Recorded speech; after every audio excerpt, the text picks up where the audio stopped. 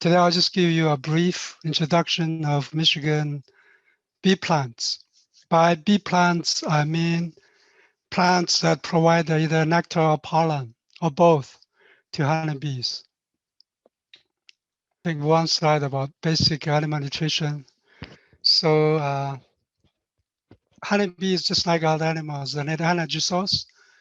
So for this would be nectar, the sugary secretion from flowers, or honey, of course.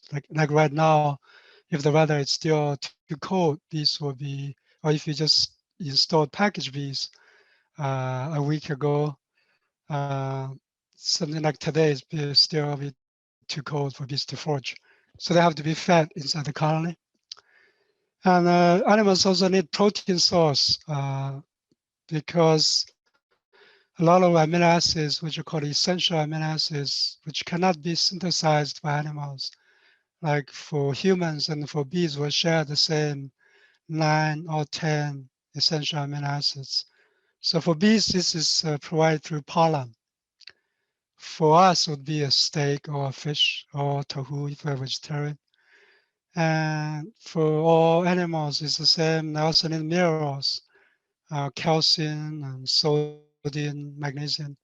For bees, again, this is mostly through pollen. Nectar has another bit.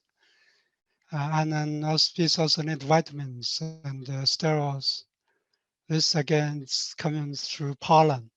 So right away you can see that for the colony growth, pollen is very important. It shows up in 3 different places. But nectar is life or death, because if you run out of nectar for just for 3 days, the colony could starve to death. Whereas pollen, they can have no pollen for 2 weeks. That'd be still okay. It would affect the broodvarium, but it's not going to cause colony death. So normally when I give this talk in person, I would quiz everybody flowers, because for a lot of people will know maybe 60, 70% of my slides. So this flower already bloomed probably 3 or 4 weeks ago. And this is a very common Michigan flower. It's called winter aconite. So that's a common name, and the Latin name there, it's in the family Erantis. What's the family? I, I, the family name, I just stuck, it's on my tip of my tongue. Same family as Nantaros and others.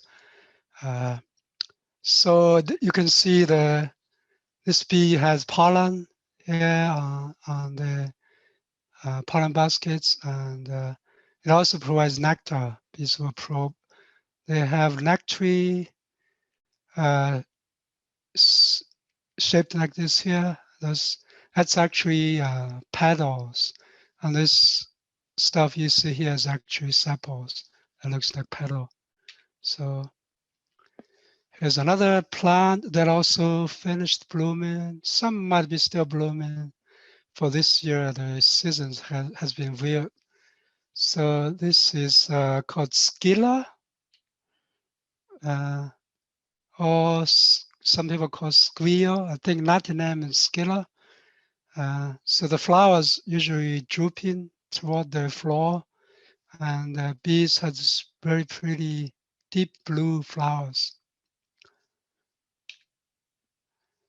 This flower, I think everybody knows, crocus. So very common here in Michigan, usually planted in front gardens, people's houses.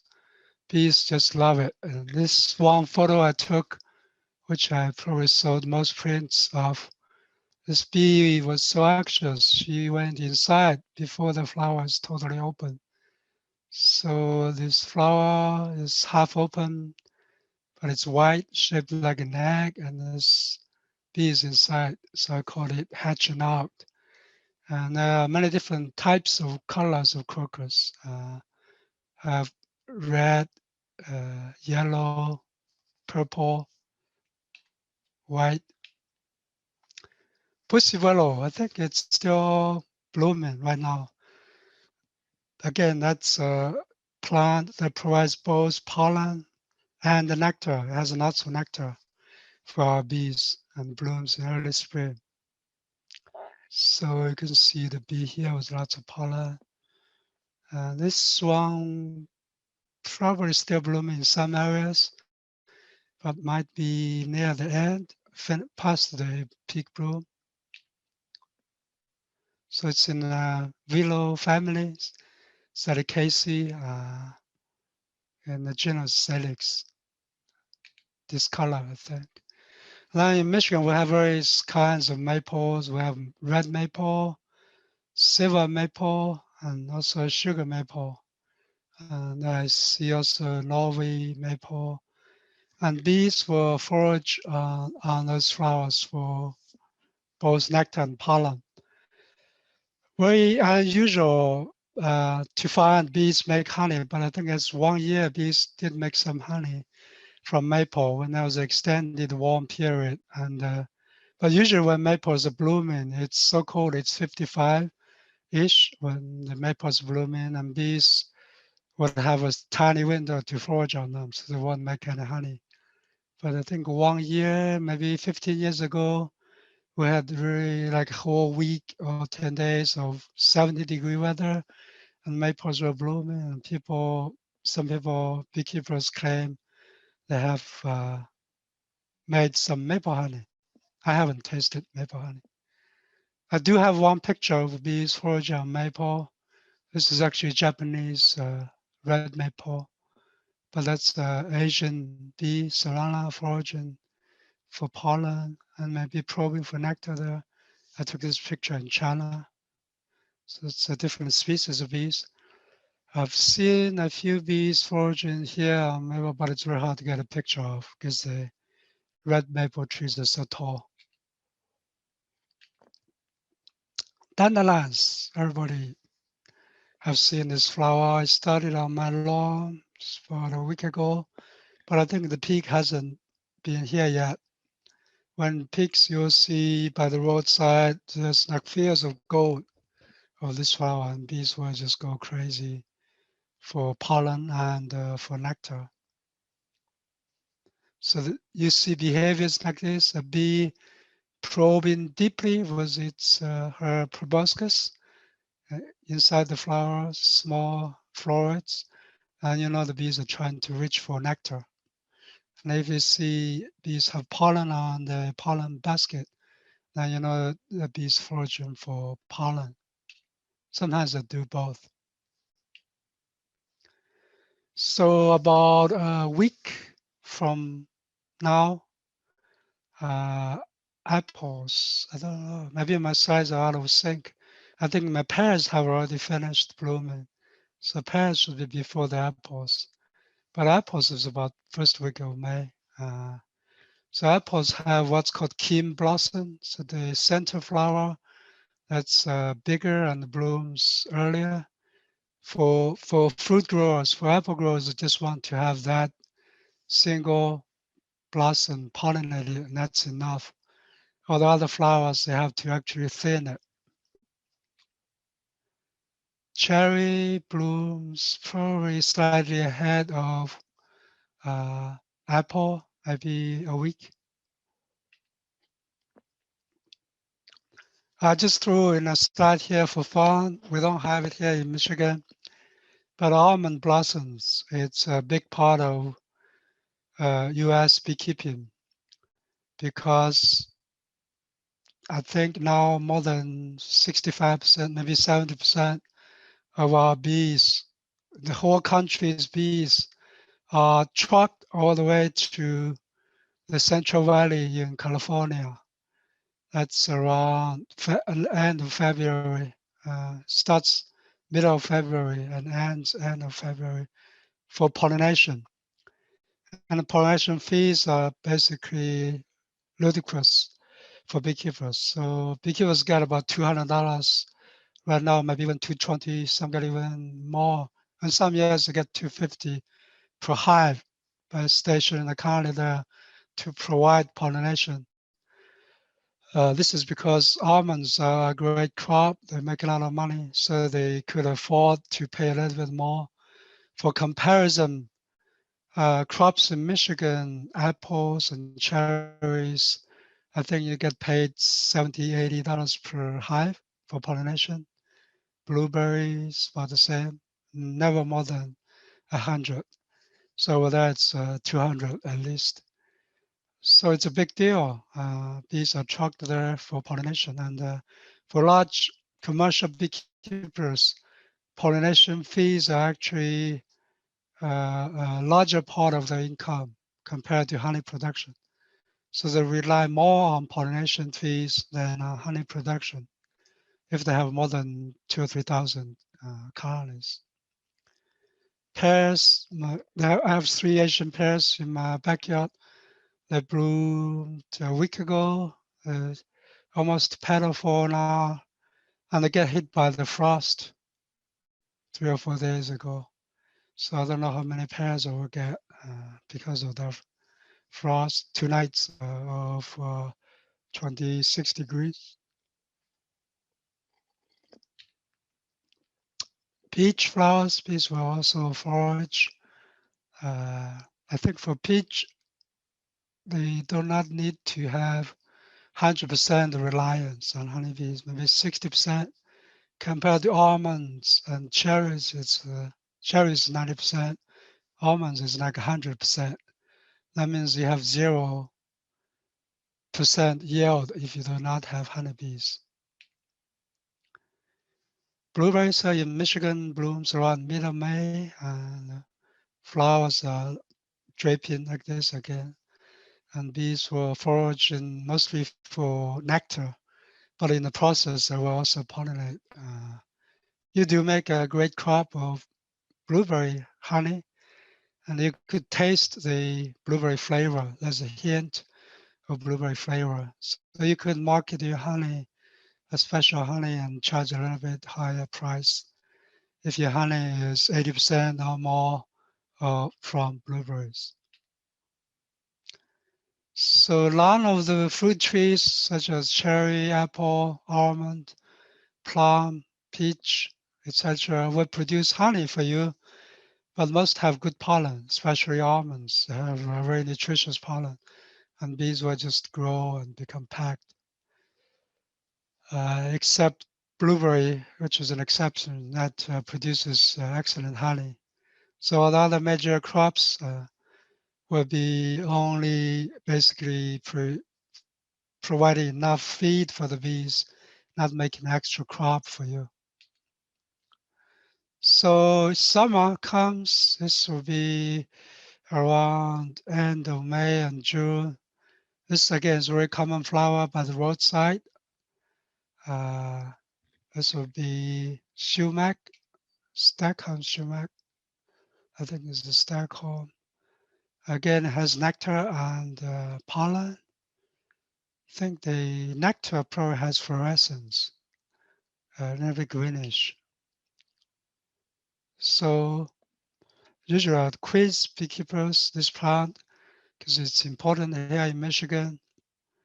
So this plant is black locust.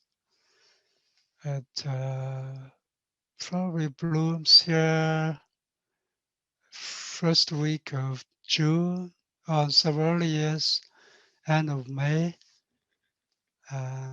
It's a great honey plant, but it doesn't produce honey every year. So there are variation between years. And bees usually only go crazy for near the end of the blossom. So when the flowers are beginning to wither, then the bees would come. A few monarch plants. This is Kentucky coffee tree. I don't think it's very common here in Michigan. There's a few trees at MS2 campus, but it's a very pretty flower.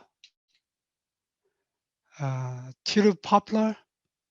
This flower produces so much nectar that it just rain on the sidewalk. I see this tree was producing so much nectar, it's making a stain on the sidewalk because bees are not coming over because we didn't have enough bees at Michigan State. to take advantage. But that's how big the quantity the nectar is. So probably has a huge yield. Another important tree plant in Michigan, I would say maybe more important than black locust because it's more abundant. So basswood, and there are many different species here in Michigan. I've seen at least 4 or 5 different species that bloom slightly different times. They've been planted in parking lots by the roadside.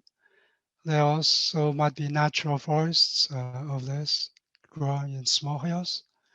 And bees again will love it, and it smells so fragrant. One characteristic of the honey that you could tell is basswood is you taste the honey and you don't taste anything unusual until near the end. There's an aftertaste. So near the end, you smell a hint of minty flavor. So if you taste that, that would be basswood honey.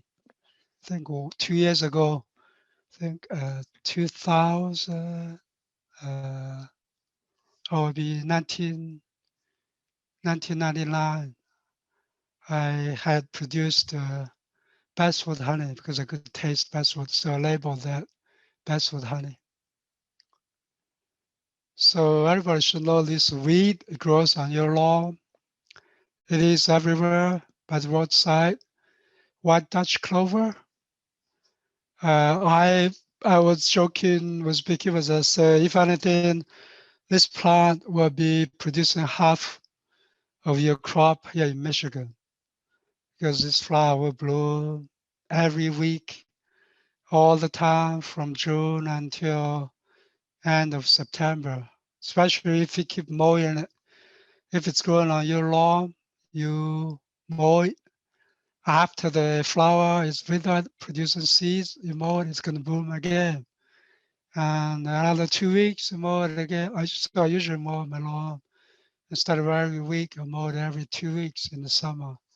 That gives flowers some time for the bees to come and forage.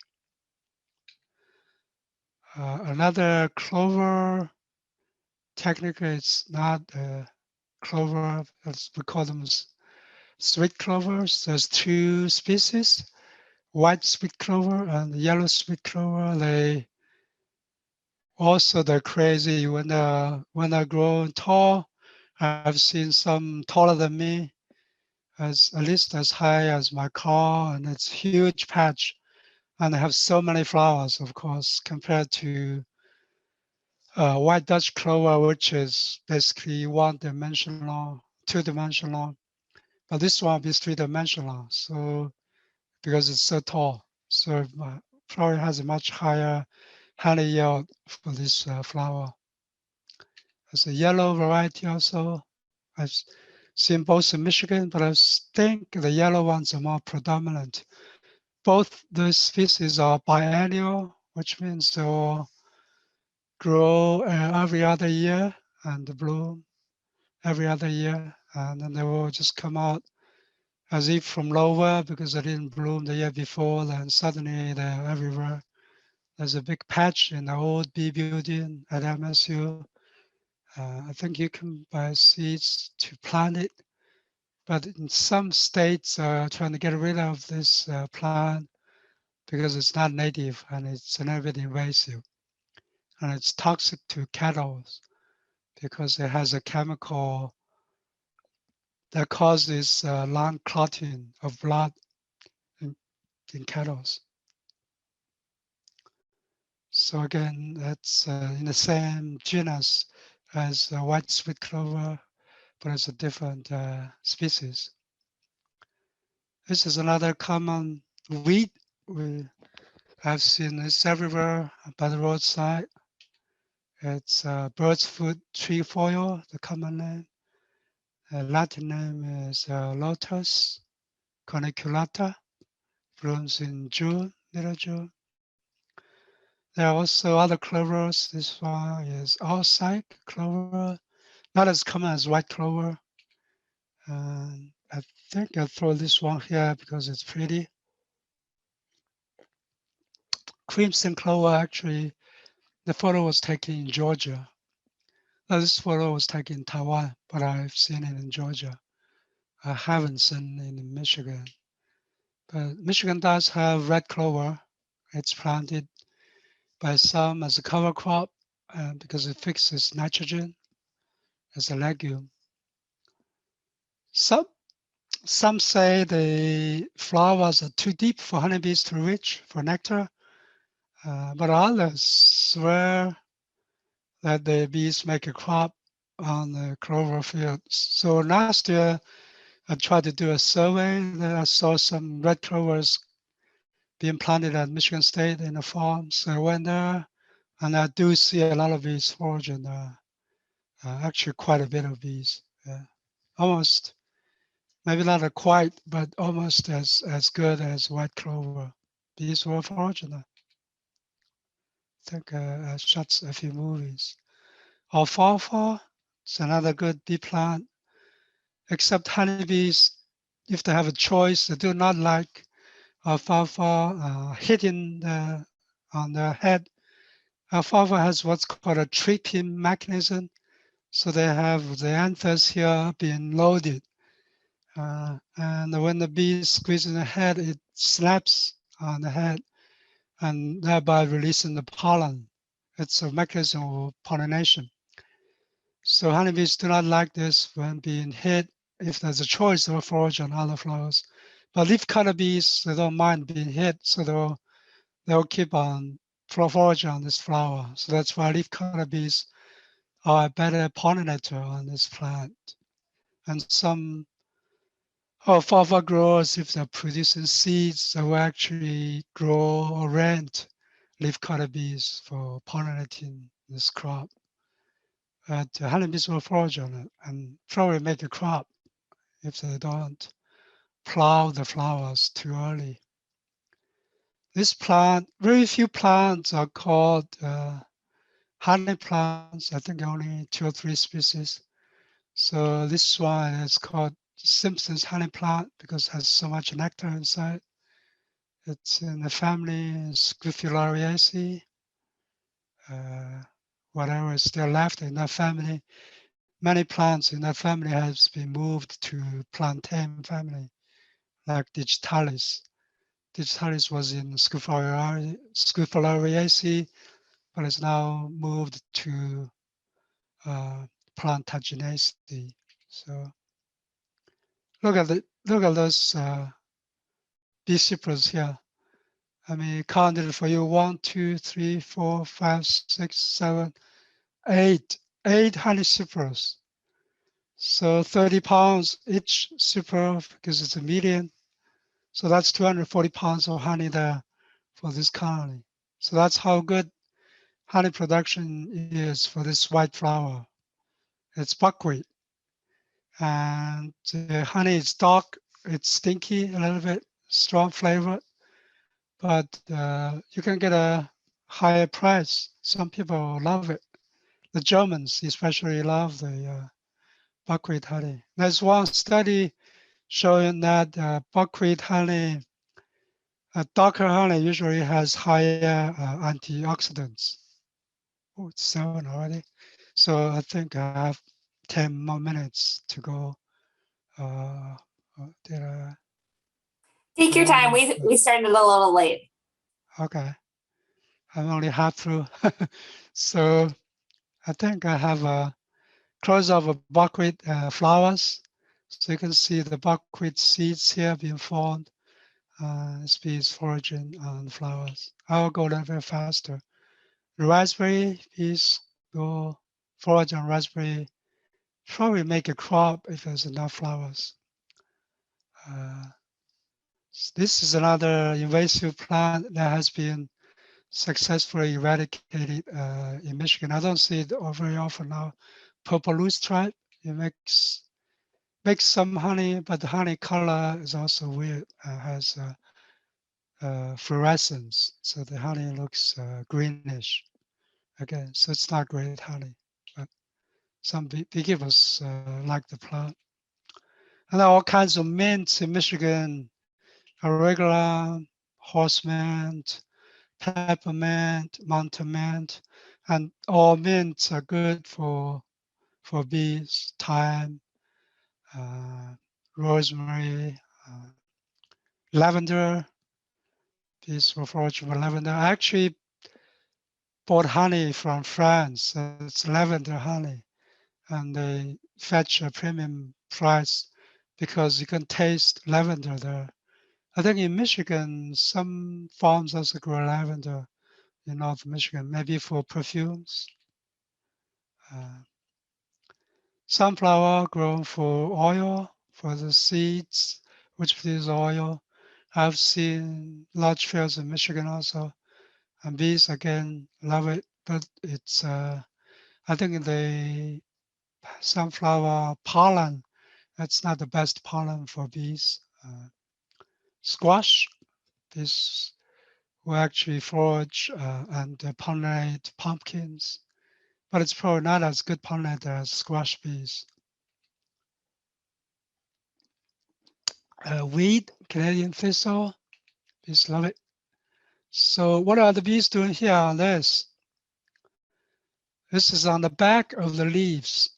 So the actual international definition for honey is made from nectar from flora nectar and extraflora nectar from plants because they include, so the scientific definition has to include those. So those are called extraflora nectar. The leaves, the base of leaves and the major veins here, these are foraging. This is a leaf of catalpa, very common in Michigan, and it blooms, I think early summer, late. So I only have one flower. So these will actually forage on flower, but the flower is gone, and then the leaves will produce extra floral nectar all summer long. I think it peaks in June, in July, and July, yeah, in July, because the plants is trying to attract ants for the to come to the leaves, so the ants will protect the plants against a major predator, the catalpa caterpillar, which is a good fishing bait. I haven't actually seen the worms, but it's supposed to be a big worm, let's call it, and people catch them for fishing bait. So the trees actually evolved to attract the ants by bribing them with those nectar, which then the bees are queuing and also, of course, produce a crop for us. So comes fall. This is a major Michigan plant, star thistle, but there are plans to eradicate this plant also because it's invasive. But still in Michigan, if you drive up north, this is near, this is probably close to Charlevoix when I was driving there. And you see these big fields of star thistle, and I saw beehives here, and they can produce crops, star thistle honey, that I heard it gets a premium price. BB tree, which is interesting plant, bees again go crazy for it, but the flower blooms as male first, then dies off, and then becomes female. So you can see here there's stigma here and no pollen. So this is a female flower, but it's the same tree. And in both cases, both the male and female will attract a lot of bees. So comes October, frost comes. This is one fall aster that blooms here in Michigan. Another aster that's in garden mostly. And ragweed I threw a plant here, picture just as a storyteller. I know bees will forage on ragweed because I've seen people, I think a few photos on the web, but I haven't seen it myself. Until 1 year I was vacationing in Michigan, I saw this bee foraging on the ragweed. But she was jumping between goldenrod and ragweed, so I'm not sure if the pollen is mostly goldenrod or ragweed. And goldenrod, that's the most important fall plant in Michigan. Bees will get the last crop for overwintering. It's not great honey for us. It's a little bit dark and a little bit stinky, but bees love it. And you could get maybe a super or two from this plant. There is also ironweed that blooms probably around the same time as goldenrod, just before frost.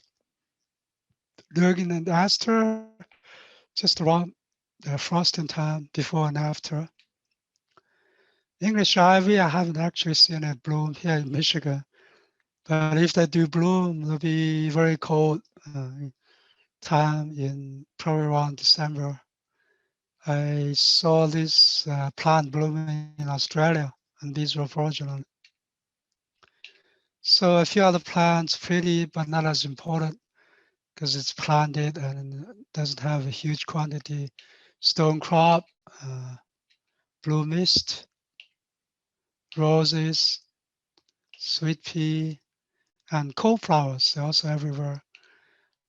So those, I would say, are the 6 major plants in Michigan if you want to distill it to a short list.